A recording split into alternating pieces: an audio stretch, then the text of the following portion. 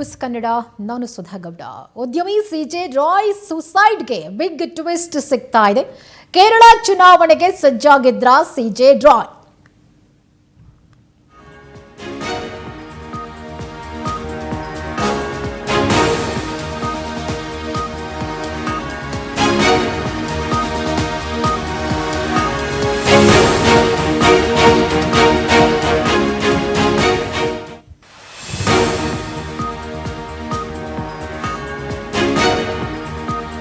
CJ Roy ಉದ್ಯಮಿ suicide ಕೇಸ್ಗೆ ಇದೀಗ big twist ಸಿಗ್ತಾ ಇರೋದು. ಕೇರಳ ಚುನಾವಣೆಗೆ ಸಜ್ಜಾಗಿದ್ರ ಸಿಜೆ ರಾಯ್.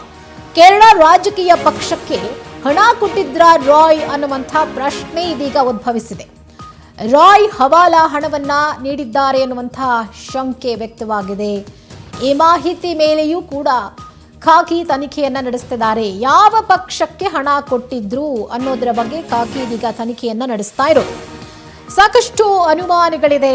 ಉದ್ಯಮಿ ಸಿಜೆ ರಾಯ್ ಅವರು ಆತ್ಮಹತ್ಯೆ ಮಾಡಿಕೊಂಡಿರುವುದಕ್ಕೆ. ಸಾಲ ಇಲ್ಲದೆ ಉದ್ಯಮವನ್ನ ಸ್ಥಾಪನೆ ಮಾಡದಂಥವರು ಝೀರೋ ಇಂದ ಸ್ಟಾರ್ಟ್ ಆಗಿ ಇವತ್ತು ಕೋಟಿ ಕೋಟಿ ಉದ್ಯಮಗಳಲ್ಲಿ ತೊಡಗಿಸಿಕೊಂಡಿದ್ದಾರೆ. ಸಾಲವೇ ಮಾಡಿಲ್ಲ ಅನ್ನುವಂಥ ಒಂದು ಮಾತು ಕೂಡ ಇದೆ. ಸಿಜೆ ರಾಯ್ ಅಷ್ಟು ಜಾಣತನದಲ್ಲಿ ಝೀರೋದಿಂದ ಮೇಲ್ ಬಂದಂಥವರು. ದುಡ್ಡಿಲ್ಲ ಅನ್ನೋ ಕಾರಣಕ್ಕಾಗಿ ಆತ್ಮಹತ್ಯೆ ಮಾಡಿಕೊಂಡಿರೋರನ್ನ ನೋಡಿದ್ದೀವಿ. ಆದರೆ ಸಿಕ್ಕಾಪಟ್ಟೆ ದುಡ್ಡಿದೆ, ಅದನ್ನು ಹ್ಯಾಂಡಲ್ ಮಾಡೋಕ್ಕಾಗ್ತಾ ಇಲ್ಲ ಅನ್ನೋ ಕಾರಣಕ್ಕೆ ಬಹಳಷ್ಟು ಜನ ಆತ್ಮಹತ್ಯೆ ಮಾಡ್ಕೊಂಡಿದ್ದಾರೆ. ಅಂದರೆ IT ರೇಡ್ ಆಗುತ್ತೆ ಅನ್ನೋದು ಒಂದು, ಮತ್ತು ನಾವು ಅಕ್ರಮವಾಗಿ ಹಣ ಸಂಪಾದನೆ ಮಾಡಿದ್ದೀವಿ, ಸಮಾಜದಲ್ಲಿ ಮರ್ಯಾದೆ ಹೋಗುತ್ತೆ ಅನ್ನೋ ಕಾರಣಕ್ಕಾಗಿ ಆತ್ಮಹತ್ಯೆ ಮಾಡ್ಕೊಂಡಂಥವ್ರು ಇದ್ದಾರೆ. ಈ ಹಿಂದೆ ಕೆಫೆಡೆ ಸಿದ್ಧಾರ್ಥ್ ಅವರು ಕೂಡ ಸುಸೈಡ್ ಮಾಡಿಕೊಂಡ್ರು. ಸೊ ಈ ರೀತಿಯಾಗಿ ಉದ್ಯಮಿಗಳೆಲ್ಲ ಸಾವಿಗೆ ಶರಣಾಗ್ತಾ ಇರೋದನ್ನ ನಾವು ಗಮನಿಸ್ತಾ ಇದ್ದೀವಿ. ಸಿಜೆ ರಾಯ್ ಸುಸೈಡ್ ಕೇಸ್ಗೂ ಇದೇ ರೀತಿಯಾದಂತಹ ಬಿಗ್ ಟ್ವಿಸ್ಟ್ ಸಿಕ್ಕಿರೋದು. ಯಾವ ಪಕ್ಷಕ್ಕೆ ಹಣ ಕೊಟ್ಟಿದ್ರು ಅನ್ನೋದ್ರ ಬಗ್ಗೆ ಇದೀಗ ಖಾಕಿ ತನಿಖೆಯನ್ನ ನಡೆಸ್ತಾ ಇರೋದು. ಕೇರಳ ಚುನಾವಣೆಗೆ ಸಿಜೆ ರಾಯ್ ಸಜ್ಜಾಗಿದ್ರು ಅನ್ನುವಂಥ ಮಾಹಿತಿ ಇದೆ. ಕೇರಳ ರಾಜಕೀಯ ಪಕ್ಷಕ್ಕೆ ಹಣ ಕೊಟ್ಟಿದ್ರಾ? ರಾಜಕೀಯ ಒತ್ತಡ, ರಾಜಕಾರಣಿಗಳ ಒತ್ತಡಕ್ಕೆ ಸಿಕ್ಕಾಕೊಂಡ್ರ ಹಾಗಿದ್ರೆ ಸಿಜೆ ರಾಯ್ ಅವರ ಒತ್ತಡಕ್ಕೆ ಬೇಸತ್ತು ಆತ್ಮಹತ್ಯೆ ಮಾಡಿಕೊಂಡ್ರ ಹಾಗಿದ್ರೆ ಎಲ್ಲೆಲ್ಲಿ ಹಣವನ್ನ ಇನ್ವೆಸ್ಟ್ಮೆಂಟ್ ಮಾಡಿದ್ರು ಸಿಜೆ ರಾಯ್? ಇವರ ಜೊತೆಗೆ ಯಾರೆಲ್ಲ ಕೈ ಜೋಡಿಸಿದ್ರು? ಯಾವ ಬಿಸ್ನೆಸ್ಗೆ ದುಡ್ಡು ಹಾಕಿದ್ರು? ಅಲ್ಲಿ ಏನಾದರೂ ಲಾಸ್ ಆಯ್ತಾ? ಇವರ ಜೊತೆ ಹಣವನ್ನ ಹೂಡಿಕೆ ಮಾಡಿದಂಥ ರಾಜಕಾರಣಿಗಳು ಇವರನ್ನ ದುಡ್ಡು ಕೇಳಕ್ ಶುರು ಮಾಡಿದ್ರ? ಬಿಸ್ನೆಸ್ ಲಾಸ್ ಆಯ್ತಾ? ಹೀಗೆ ಒಂದಷ್ಟು ವಿಚಾರಗಳು ಓಡಾಡ್ತಾ ಇದೆ. ಸದ್ಯಕ್ಕೆ ಅಶೋಕನಗರ ಪೊಲೀಸರಿಂದ ತನಿಖೆ ಚುರುಕುಗೊಂಡಿದೆ. ಈಗ ಕೇರಳ ರಾಜಕೀಯ ಪಕ್ಷಕ್ಕೆ ಹಣ ಕೊಟ್ಟಿದ್ರ ರಾಯ್ ಅನ್ನುವಂಥ ಪ್ರಶ್ನೆ ಇದೆ. ಹವಾಲಾ ಹಣವನ್ನ ಕೊಟ್ಟಿದ್ದಾರೆ ಅನ್ನುವಂಥ ಶಂಕೆ ಇದೆ. ಈ ಮಾಹಿತಿಯನ್ನ ಆಧರಿಸಿ ಇದೀಗ ಪೊಲೀಸರು ತನಿಖೆಯನ್ನ ನಡೆಸ್ತಿದ್ದಾರೆ. ಯಾವ ಪಕ್ಷಕ್ಕೆ ಹಣ ಕೊಟ್ಟಿದ್ರು ಹಾಗಿದ್ರೆ? ಸೊ ಅವರ ಅಕೌಂಟೆಂಟ್ ಅವರ ಎಲ್ಲ ವ್ಯವಹಾರಗಳನ್ನು, ಹಣಕಾಸಿನ ವ್ಯವಹಾರಗಳನ್ನು ನೋಡ್ಕೊಳ್ತಾ ಇದ್ದಂಥ ಅಕೌಂಟೆಂಟ್, ಜೊತೆಗೆ ಅವರ ಬ್ಯಾಂಕ್ ಟ್ರಾನ್ಸಾಕ್ಷನ್, ಇದೆಲ್ಲದರ ಮೇಲೆ ಇದೀಗ ಖಾಕಿ ಕಣ್ಣನ್ನ ಇಟ್ಟಿರುವಂಥದ್ದು. ಇನ್ನು ಸಿಜೆ ರಾಯ್ ಬರೆದಿರುವಂತಹ ಡೈರಿ ಮೇಲೂ ಕೂಡ ಪೊಲೀಸರ ಕಣ್ಣು ಬಿದ್ದಿದೆ. ಡೈರಿಯಲ್ಲಿ ಹಲವರ ಹೆಸರನ್ನ ಬರೆದಿದ್ದಾರೆ ಸಿಜೆ ರಾಯ್.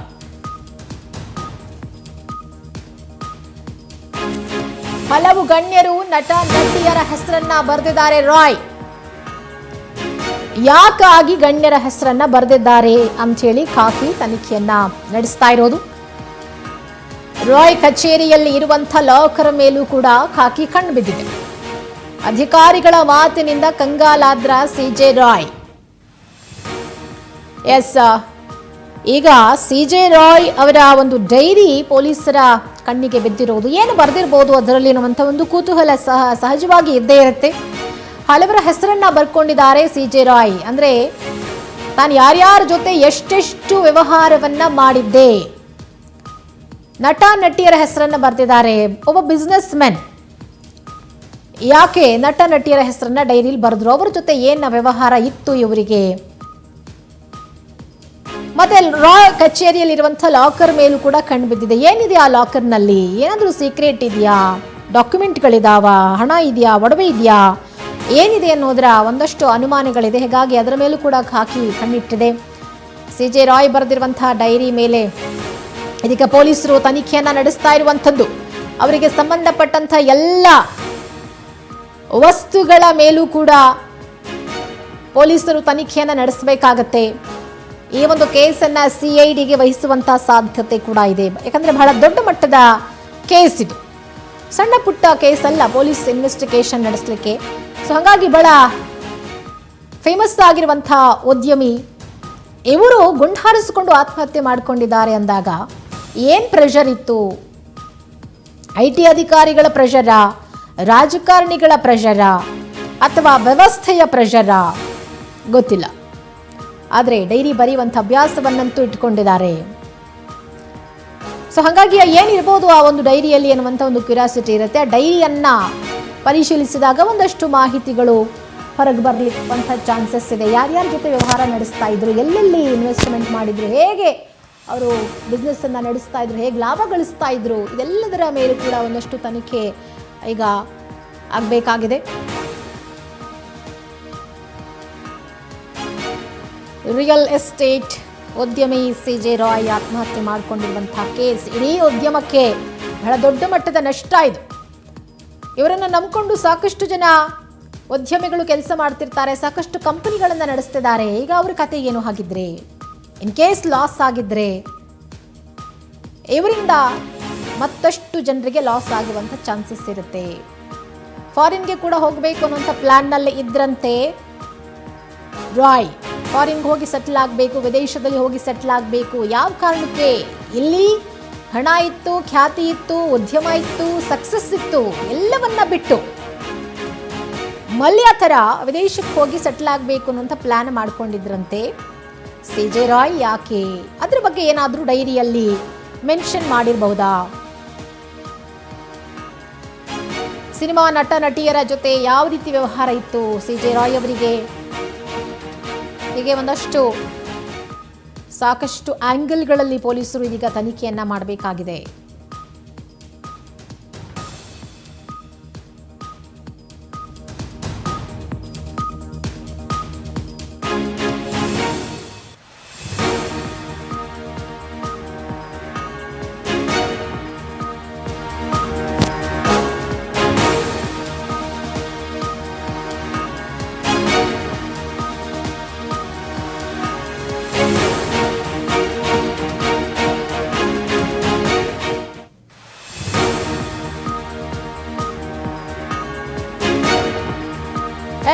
ರಿಯಲ್ ಎಸ್ಟೇಟ್ ಉದ್ಯಮಿ CJ ರಾಯ್ ಆತ್ಮಹತ್ಯೆ ಕೇಸ್ಗೆ ಸಂಬಂಧಪಟ್ಟಂತೆ ಪ್ರಕರಣವನ್ನು ಗಂಭೀರವಾಗಿ ಪರಿಗಣಿಸಿದೆ ರಾಜ್ಯ ಸರ್ಕಾರ.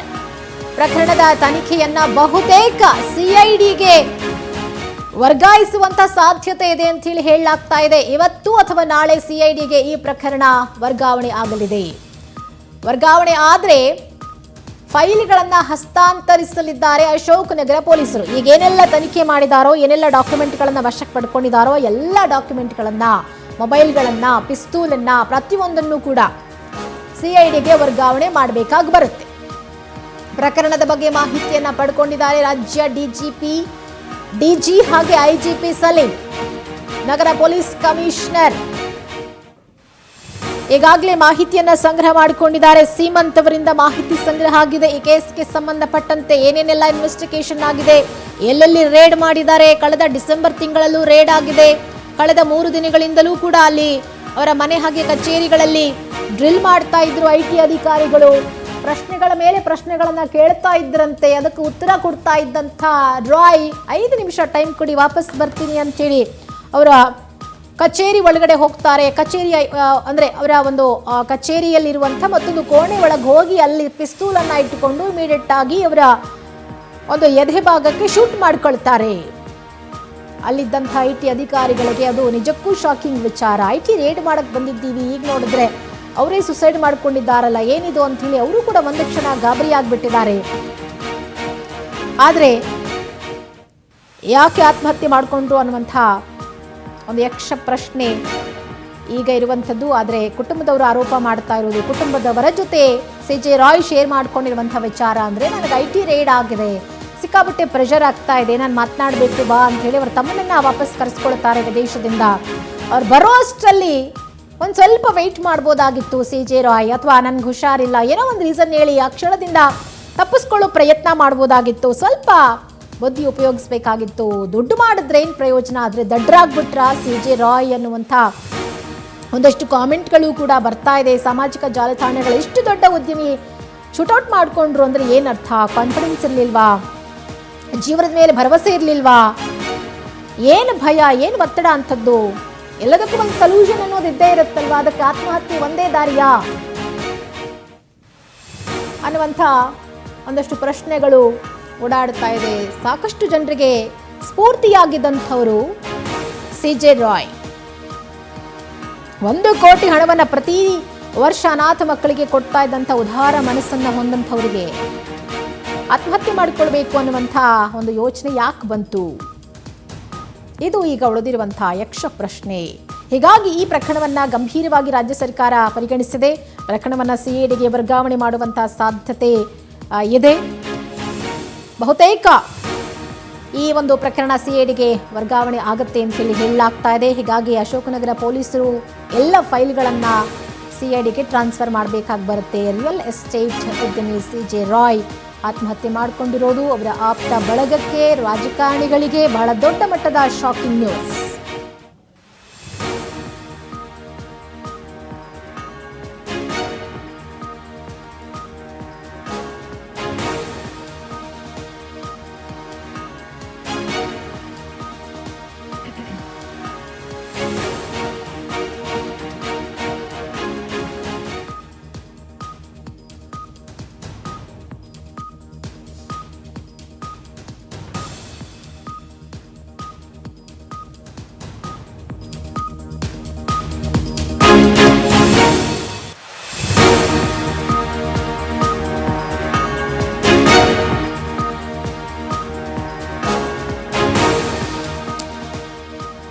CJ ರಾಯ್ ಮರಣೋತ್ತರ ಪರೀಕ್ಷೆ ಈಗಷ್ಟೇ ಮುಕ್ತಾಯ ಆಗಿದೆ. ಬೋರಿಂಗ್ ಆಸ್ಪತ್ರೆಯಲ್ಲಿ ನಡೆದಿರೋದು ಪೋಸ್ಟ್ ಮಾರ್ಟಮ್. ಹೀಗಾಗಿ ನಾಳೆ ಬೆಳಗ್ಗೆ 10 ಗಂಟೆಗೆ ಮೃತದೇಹವನ್ನ ಪಡೆಯೋದಕ್ಕೆ ಕುಟುಂಬಸ್ಥರು ನಿರ್ಧರಿಸಿದ್ದಾರೆ. ನಾಳೆ ಬೆಳಗ್ಗೆ 10 ಗಂಟೆಗೆ ಮೃತದೇಹವನ್ನ ಪಡೆಯೋಕೆ ನಿರ್ಧಾರ ಮಾಡಲಾಗಿರೋದು. ಬೋರಿಂಗ್ ಆಸ್ಪತ್ರೆಯ ಕೋಲ್ಡ್ ಸ್ಟೋರೇಜ್ನಲ್ಲಿ ಸದ್ಯಕ್ಕೆ ಮೃತದೇಹವನ್ನ ಇಡಲಾಗಿದೆ.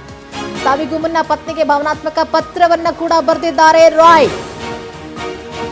CJ ರಾಯ್ ಮರಣೋತ್ತರ ಪರೀಕ್ಷೆ ಮುಕ್ತಾಯ ಆಗಿದೆ. ಆದರೆ ಅವರು ಸಾಯ್ತೀನಿ ಅನ್ನೋದು ಬಹುತೇಕ ಅವರು ನಿರ್ಧಾರ ಮಾಡಿಕೊಂಡಿದ್ರು ಅನ್ಸುತ್ತೆ. ಅದಕ್ಕಾಗಿ ಅವರು ಅವರ ಪತ್ನಿಗೊಂದು ಭಾವನಾತ್ಮಕ ಪತ್ರ ಬರೆದಿದ್ದಾರೆ. ಬಟ್ ಪತ್ರ ಇನ್ನೂ ರಿವೀಲ್ ಆಗಿಲ್ಲ.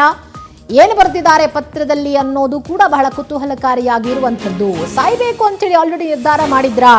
ಹಾಗಿದ್ರೆ ಯಾವಾಗ ಸಾಯ್ಬೇಕು ಅಂತ ಹೇಳಿ ಅಂದುಕೊಂಡಿದ್ರು? ಯಾಕೆ ಬದುಕೋದು ಬೇಡ ಅನ್ನೋ ನಿರ್ಧಾರಕ್ಕೆ ಯಾಕೆ ಬಂದ್ರು CJ ರಾಯ್? ಪತ್ನಿ ಹತ್ರ ಏನಾದರೂ ಹೇಳ್ಕೊಂಡಿದ್ರ? ಅವರ ವಿಚಾರಣೆ ಆಗಬೇಕು, ಅವರ ಮಗನ ವಿಚಾರಣೆ ಆಗಬೇಕು, ಏನಾದರೂ ಹೇಳ್ಕೊಂಡಿದ್ರ ಆಪ್ತರ ಬಳಿ ಅನ್ನುವಂಥ ಒಂದು ಕುತೂಹಲ ಸದ್ಯಕ್ಕೆ ಇದೆ ಇರುವಂಥದ್ದು. ಸಾವಿಗೂ ಮುನ್ನ ಪತ್ನಿಗೊಂದು ಭಾವನಾತ್ಮಕ ಪತ್ರ ಬರೆದಿದ್ದಂದ್ರೆ ಯಾವಾಗ ಬರೆದಿದ್ರು? ಎಷ್ಟು ದಿನಗಳಾಯಿತು ಆ ಪತ್ರ ಬರೆದು? ಆ ಪತ್ರವನ್ನ ಓದಿದ್ದಾರಾ ಅವರ ಪತ್ನಿ? ಓದಿದ ಮೇಲೆ ರಾಯ್ ಅವ್ರ ಹತ್ರ ಅವ್ರು ಮಾತಾಡಿಲ್ವಾ? ಕನ್ವಿನ್ಸ್ ಮಾಡೋ ಪ್ರಯತ್ನ ಮಾಡಲಿಲ್ವಾ? ಹೀಗೆಲ್ಲ ಒಂದಷ್ಟು ಪ್ರಶ್ನೆಗಳು ಬಂದೇ ಬರುತ್ತೆ. ಬಹಳ ಲವಲವಿಕೆಯ ಉದ್ಯಮಿ, ಬಹಳ ಕಾನ್ಫಿಡೆಂಟ್ ಆಗಿ ಇಷ್ಟು ವರ್ಷಗಳ ಕಾಲ ಉದ್ಯಮವನ್ನು ನಡೆಸಿದಂಥವರು. ಆದರೆ ಇವತ್ತು ನೋಡಿದ್ರೆ ಅವರು ಎನ್ನಿಲ್ಲ ಅನ್ನುವಂಥ ಸುದ್ದಿ ಬರಸಿಡಿಲಿನ ಹಾಗೆ ಬಂದಿರಲಿದೆ. ಪತ್ನಿ ಇಬ್ಬರು ಮಕ್ಕಳನ್ನ ಅಗಲಿದ್ದಾರೆ ಉದ್ಯಮಿ ರಾಯ್. ಇನ್ನು ಮುಂದೆ CJ ರಾಯ್ ಅವರ ಸಾವಿನ ಸುತ್ತ ಅನುಮಾನದ ಹುತ್ತ ಬೆಳಕೊಂಡಿದೆ. ಬಹಳ ಆಕ್ಟಿವ್ ಆಗಿದ್ದಂಥವ್ರು, ಎಲ್ಲೋದ್ರೂ ಕೂಡ ವಿಡಿಯೋ ಮಾಡ್ತಾ ಇದ್ರು. ವಿಡಿಯೋದ ಮೂಲಕ ಬಹಳಷ್ಟು ವಿಚಾರಗಳನ್ನ ಶೇರ್ ಮಾಡ್ಕೊಳ್ತಾ ಇದ್ರು CJ ರಾಯ್. ಆದರೆ ಈಗ CJ ರಾಯ್ ಆತ್ಮಹತ್ಯೆಗೆ ಶರಣಾಗಿದ್ದಾರೆ.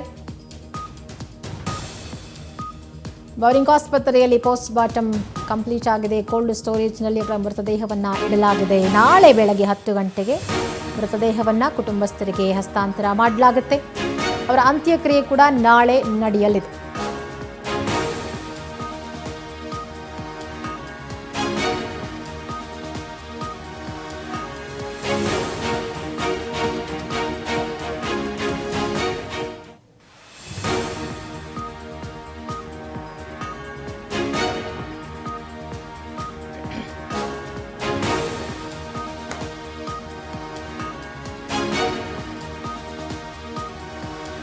ಎಸ್ ಸಿಜೆ ರಾಯ್ ಆತ್ಮಹತ್ಯೆ ಕೇಸ್ಗೆ ಸಂಬಂಧಪಟ್ಟಂತೆ ಸದ್ಯಕ್ಕೆ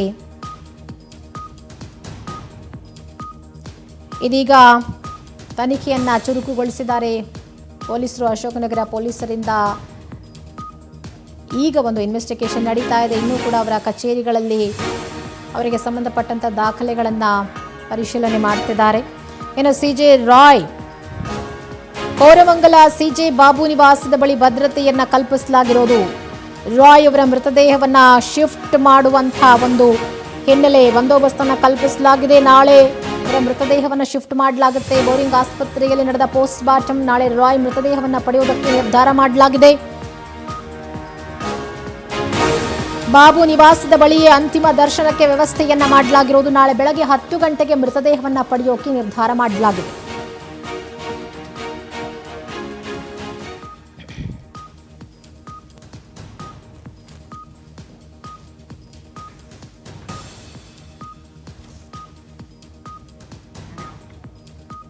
ಸಿಜೆ ರಾಯ್ ಮರಣೋತ್ತರ ಪರೀಕ್ಷೆ ಮುಕ್ತಾಯ ಆಗಿದೆ.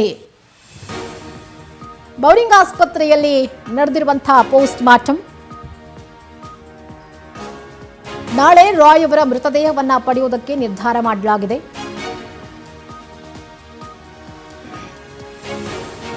ನಾಳೆ ಬೆಳಗ್ಗೆ 10 ಗಂಟೆಗೆ ಮೃತದೇಹವನ್ನ ಪಡೆಯೋಕೆ ನಿರ್ಧರಿಸಲಾಗಿದೆ.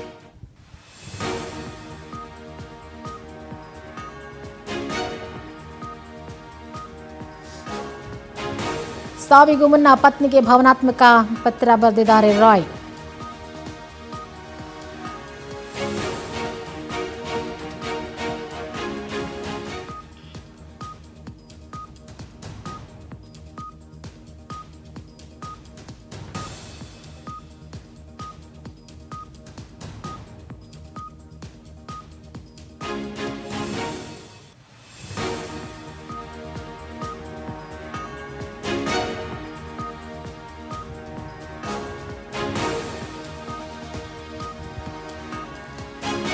ಕೇರಳ ಎಲೆಕ್ಷನ್ ಮುಳುವಾಯ್ತಾ ಸಿಜೆ ರಾಯ್ ಅವರಿಗೆ ಅನ್ನುವಂಥ ಪ್ರಶ್ನೆ ಕೂಡ ಇದೆ. ಕೇರಳ ಟು ದುಬೈವರೆಗೆ ತಮ್ಮ ಒಂದು ಸಾಮ್ರಾಜ್ಯವನ್ನ ಕಟ್ಟಿದ್ರು ರಾಯ್. ಕಾನ್ಫಿಡೆಂಟ್ ಗ್ರೂಪ್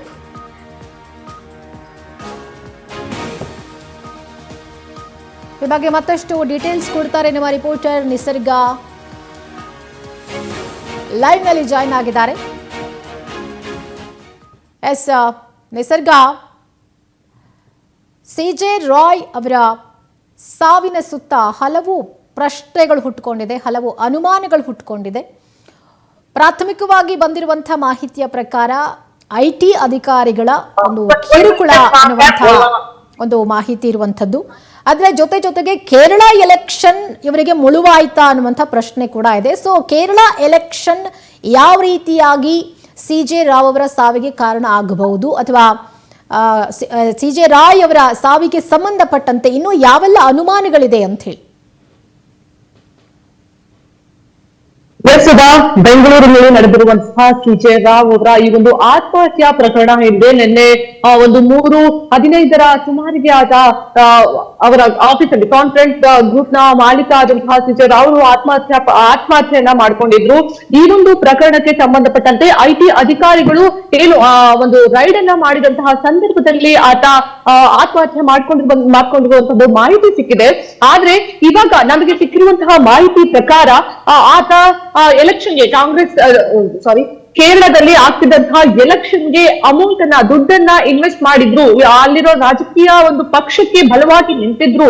ಇದಕ್ಕೆ IT ಅಧಿಕಾರಿಗಳು ಕೇರಳದಿಂದ ಬೆಂಗಳೂರಿಗೆ ಬಂದು ಅವರ ಕಂಪನಿಗಳ ಮೇಲೆ IT ಅಧಿಕಾರಿಗಳು ಒಂದು ದಾಳಿಯನ್ನ ನಡೆಸಿದ್ರು ಅನ್ನುವಂತಹ ಮಾಹಿತಿ ಕೂಡ ನಮ್ಗೆ ಸಿಗ್ತಾ ಇರುವಂತದ್ದು. ಇನ್ನು ಇದಕ್ಕೆ ಯಾವ ಪಕ್ಷಕ್ಕೆ ಅವರು ಹಣವನ್ನ ಕೊಟ್ಟಿದ್ರು, ಯಾರಿಂದ ಇದಕ್ಕೆಲ್ಲ ಕಾರಣ, ಯಾರು ಇದಕ್ಕೆಲ್ಲ ಬೆನ್ನೆಲುಬಾಗಿ ನಿಂತಿದ್ರು ಅನ್ನುವಂತಹ ಮಾಹಿತಿಯನ್ನ ಸದ್ಯಕ್ಕೆ ಪೊಲೀಸರು ಕಲೆ ಹಾಕ್ತಿರುವಂತದ್ದು ನಮ್ಗೆ ಸಿಕ್ಕಿರುವಂತದ್ದು ಮಾಹಿತಿ. ಸುಧಾ, ಓಕೆ, ಥ್ಯಾಂಕ್ ಯು ನಿಮ್ಮೆಲ್ಲ ಡೀಟೇಲ್ಸ್ಗಾಗಿ ನಿಸರ್ಗ.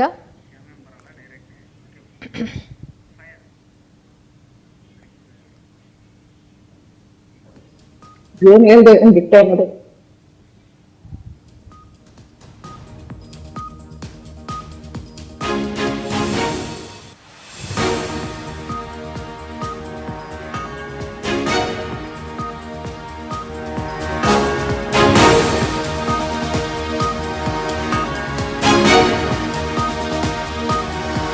ಐಟಿ ದಾಳಿಯಿಂದ ನೊಂದು ಆತ್ಮಹತ್ಯೆ ಮಾಡಿಕೊಂಡಿದ್ದಾರೆ. ಪೊಲೀಸರು ಕೇವಲ ಆತ್ಮಹತ್ಯೆ ಕೇಸ್ ಬಗ್ಗೆ ತನಿಖೆ ನಡೆಸುತ್ತಿದ್ದಾರೆ. ಸಿಜೆ ರಾಯ್ ಸಹೋದರ ಕೂಡ ಈ ಬಗ್ಗೆ ಹೇಳಿಕೆ ಕೊಟ್ಟಿದ್ದಾರೆ. ಐಟಿ ದಾಳಿಯಿಂದ ನೊಂದು ಅವರು ಆತ್ಮಹತ್ಯೆ ಅಂತ ಹೇಳಿದ್ದಾರೆ. ಈ ಬಗ್ಗೆ ಪೊಲೀಸರು ಕೂಲಂಕುಷವಾಗಿ ತನಿಖೆಯನ್ನ ನಡೆಸಲಾಗುತ್ತೆ. ಬೆಂಗಳೂರಿನಲ್ಲಿ ಗೃಹ ಸಚಿವ ಡಾಕ್ಟರ್ ಜಿ ಪರಮೇಶ್ವರ್ ಕೊಟ್ಟಿರುವಂತಹ ಸ್ಟೇಟ್ಮೆಂಟ್ ಇದು.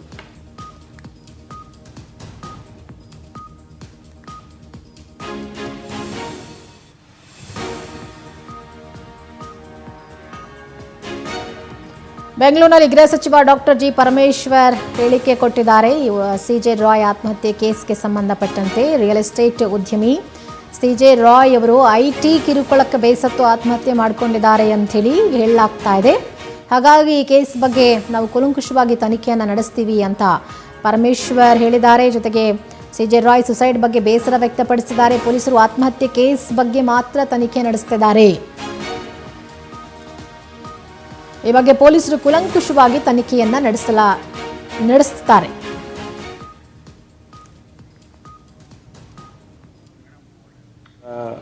ಕಂಪನಿ ಮೇಲೆ ಐಟಿ ದಾಳಿ ನಡೆದಿತ್ತು.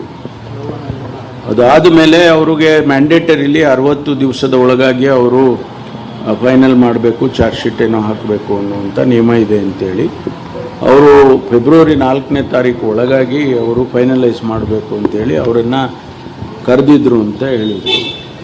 ಅಷ್ಟರೊಳಗಡೆ ಅದನ್ನು ಮೊನ್ನೆ 3 ದಿವಸದ ಕೆಳಗಡೆ ದುಬೈಯಿಂದ ಅವರು ಬಂದಿದ್ದಾರೆ. ಅಧಿಕಾರಿಗಳು ಅವರ ಆಫೀಸಿಗೆ ಹೋಗಿ ಅವರ ಜೊತೆಯಲ್ಲಿ ಚರ್ಚೆ ಮಾಡಿ ಅವರ ಸ್ಟೇಟ್ಮೆಂಟ್ಗಳು ತಗೊಳ್ಳೋದಕ್ಕೆ ತಿಳಿಸಿದ್ದಾರೆ. ಅದಕ್ಕೆ ಅವರು ಸ್ಪಂದಿಸಿದ್ದಾರೆ ಮತ್ತು ಅವರ ಕಚೇರಿಗೆ ಅಧಿಕಾರಿಗಳು ಹೋಗಿದ್ದಾರೆ ಮತ್ತು ಅವರು ಬಂದಿದ್ದಾರೆ. ಈ ಮಧ್ಯೆ ಅವರು ಒಳಗಡೆ ಹೋಗಿ ಒಂದು 5 ನಿಮಿಷ ಬರ್ತೇನೆ ಅಂತೇಳಿ ಒಳಗಡೆ ಚೇಂಬರ್ಗೆ ಹೋಗಿ ಅವರು ಸುಮಾರು 20 ನಿಮಿಷ ಹೊರಗಡೆ ಬರಲಿಲ್ಲ ಅಂತೇಳಿ ಬಾಗಿಲನ್ನು ಹೊಡೆದು ನೋಡಿದಾಗ ಅವರು ಆತ್ಮಹತ್ಯೆ ಮಾಡಿಕೊಂಡಿರೋದು ಗಮನಕ್ಕೆ ಬಂದಿದೆ. ಇದನ್ನು ಬಿಟ್ಟು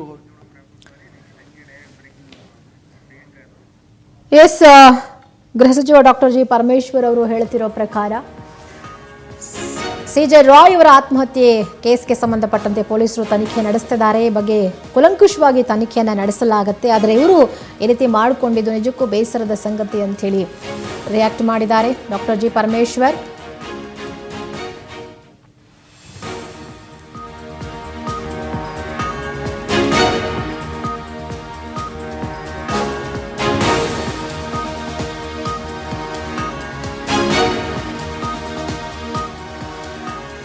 ಕೇಂದ್ರ ಸರ್ಕಾರದ ಮಾತು ಕೇಳದವರ ಮೇಲೆ ದಾಳಿ ಆಗ್ತಾ ಇದೆ. ಉದ್ಯಮಿ ಸಿಜೆ ರಾಯ್ ಆತ್ಮಹತ್ಯೆ ಪ್ರಕರಣಕ್ಕೆ ಸಂಬಂಧಪಟ್ಟಂತೆ ಕಳೆದ 10 ವರ್ಷದಿಂದ ಉದ್ಯಮಿಗಳ ಮೇಲೆ ದಾಳಿ ಆಗ್ತಿದೆ. ಕೇಂದ್ರ ಸರ್ಕಾರದ ಮಾತು ಕೇಳದವರ ಮೇಲೆ ದಾಳಿ ಆಗ್ತಾ ಇದೆ. ಕೇಂದ್ರ ಅದಾನಿ ಅಂಬಾನಿ ಪರವಾಗಿ ಕೆಲಸ ಮಾಡ್ತಾ ಇದೆ. ಎಷ್ಟು ಕಿರುಕುಳ ಆಗಿದೆ ಅನ್ನೋದನ್ನ ಯೋಚಿಸಬೇಕಾಗಿದೆ. ಸಿಜೆ ರಾಯ್ ಸಾಲ ಇಲ್ಲದೆ ಬಿಸ್ನೆಸ್ ಮಾಡಿದವರು ಯಾಕೆ ನಿರ್ಧಾರ ಮಾಡಿದ್ರು ಅನ್ನೋ ಬಗ್ಗೆ ತನಿಖೆಯಾಗಲಿ. ಐಟಿ ಅಧಿಕಾರಿಗಳನ್ನು ಸಹ ತನಿಖೆಗೆ ಒಳಪಡಿಸಬೇಕಾಗತ್ತೆ ಅಂತ ಬೆಂಗಳೂರಿನಲ್ಲಿ ಸಚಿವ ಪ್ರಿಯಾಂಕ್ ಖರ್ಗೆ ಹೇಳಿಕೆ ಕೊಟ್ಟಿದ್ದಾರೆ. ಎಂಎಸ್ಎಂಇ ಮಾಡ್ತಾರೆ ಮತ್ತು ಇಂಡಸ್ಟ್ರಿಯಲಿಸ್ಟಿಗೆ ಯಾರು ಕೇಂದ್ರ ಸರ್ಕಾರಕ್ಕೆ ತಲೆಬಾಗೋದಿಲ್ಲ. ಅವರಿಗೆ ಸಾಕಷ್ಟು ಉದಾಹರಣೆಗಳನ್ನು ನಾವು ನೋಡಿದ್ದೀವಿ. ಇದು 2ನೇದು 3ನೇ ಪ್ರಕರಣ ನಮ್ಮ ರಾಜ್ಯದಲ್ಲಿ ನಡೀತಾ ಇರೋದು. ನೀವು ಯಾರಿಗೆ ಖಾಸಗಿಯಾಗಿ ಮಾತಾಡಿ ಉದ್ಯಮಿಗಳಿಗೆ ಇದು ಹರಾಸ್ಮೆಂಟ್ ಇದೆ. GST ಹರಾಸ್ಮೆಂಟ್ ನಡೀತಾ ಇದೆ, IT ED ನಡೀತಾ ಇದೆ. ಇದು ಬರೇ ಇಂಥ ವ್ಯಕ್ತಿಗಳಿಗೆ ಯಾರು ಕೇಂದ್ರ ಸರ್ಕಾರ ಮಾತು ಕೇಳಲ್ಲ. ದೊಡ್ಡ ವ್ಯಕ್ತಿಗಳು ಯಾರಿರ್ತಾರೆ ಅದಾನಿ ಅಂಬಾನಿ ಅಂಥವರಿಗೆ IT ED ಏನೂ ಇಲ್ಲ. ಇನ್ಫ್ಯಾಕ್ಟ್ ಗೌರ್ಮೆಂಟು ಅವ್ರಿಗೆ ಕೆಲಸ ಮಾಡ್ತಾಯಿದ್ದಾರೆ. ಅವ್ರು ಆಳ್ಮಕ್ಕಳಾಗಿ ಸರ್ಕಾರದವ್ರು ದುಡಿತಾ ಇದ್ದಾರೆ. ಯಾವ ರೀತಿ ಅವರಿಗೆ ಹೊಸ ಬಿಸ್ನೆಸ್ ತರಬೇಕು, ಹೇಗೆ ಅವರಿಗೆ ಬಂಡವಾಳದ ಅವಕಾಶ ಹೆಚ್ಚು ಮಾಡಿಕೊಡ್ಬೇಕು, ಹೇಗೆ ನೀತಿಗಳನ್ನು ಯೋಜನೆಗಳನ್ನು ಅವ್ರ ಪರವಾಗಿ ಮಾಡಬೇಕಾಗಿರೋದೇ ನಡೆದಿರೋದೆ ಹೊರತು ಬೇರೆ ಯಾರಿಗೂ ಈ ಕೇಂದ್ರ ಸರ್ಕಾರ ಇಲ್ಲ. ಇದು ಬರೀ ಕೆಲವು ಬಂಡವಾಳಶಾಹಿಗಳು ಈ ರಾಷ್ಟ್ರದಲ್ಲಿ ಇದು ಒಂದು ಪ್ರವೃತ್ತಿ ಬೆಳೆಸಿದ್ದಾರೆ. ಕಳೆದ 10 ವರ್ಷದಿಂದ IT ED ಮತ್ತು GST ಇನ್ನು ಸಿಜೆ ರಾಯ್ ಸುಸೈಡ್ ಕೇಸ್ಗೆ ಸಂಬಂಧಪಟ್ಟಂತೆ ಡಿಸಿಎಂ ಡಿಕೆಶಿ ಫುಲ್ ಶಾಕ್ ಆಗಿದ್ದಾರೆ. ರಾಯ್ ಅವರು ಒಳ್ಳೆಯ ಉದ್ಯಮಿ,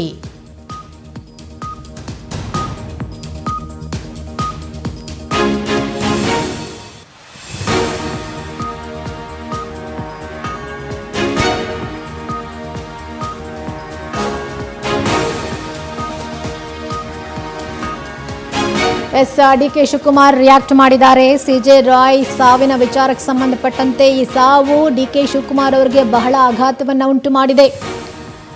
ಒಳ್ಳೆಯ ಉದ್ಯಮಿ, ಆದರೆ ಈ ರೀತಿ ಆಗಬಾರ್ದಿತ್ತು.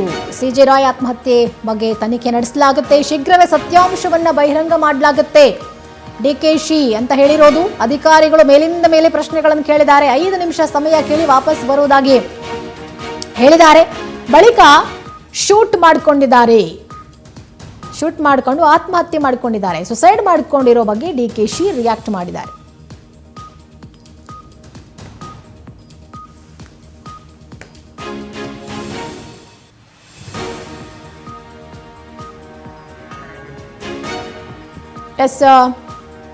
ಸಿಜೆ ರಾಯ್ ಆತ್ಮಹತ್ಯೆ ವಿಚಾರಕ್ಕೆ ಸಂಬಂಧಪಟ್ಟಂತೆ ಡಿಸಿಎಂ ಡಿಕೆ ಶಿವಕುಮಾರ್ ರಿಯಾಕ್ಟ್ ಮಾಡಿದ್ದಾರೆ. ಅವರ ಸಾವಿನ ಸುದ್ದಿ ಕೇಳಿ ಡಿಸಿಎಂ ಡಿಕೆ ಶಿವಕುಮಾರ್ ಶಾಕ್ ಆಗಿದ್ದಾರೆ.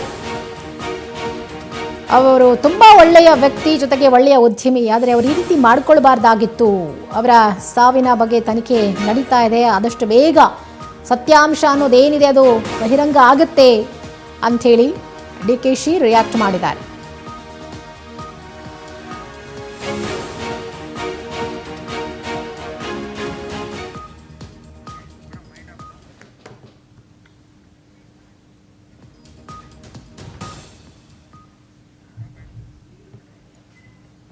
ಕ್ಷಣದ ಅಪ್ಡೇಟ್ಸ್, ಮತ್ತಷ್ಟು ಅಪ್ಡೇಟ್ ಸುದ್ದಿಗಳಿಗಾಗಿ ನೋಡ್ತಾರೆ ಸ್ಪೀಡ್ ನ್ಯೂಸ್ ಕನ್ನಡ. ಸುದ್ದಿ ನಿಮ್ಮದು, ವೇಗ ನಮ್ಮದು.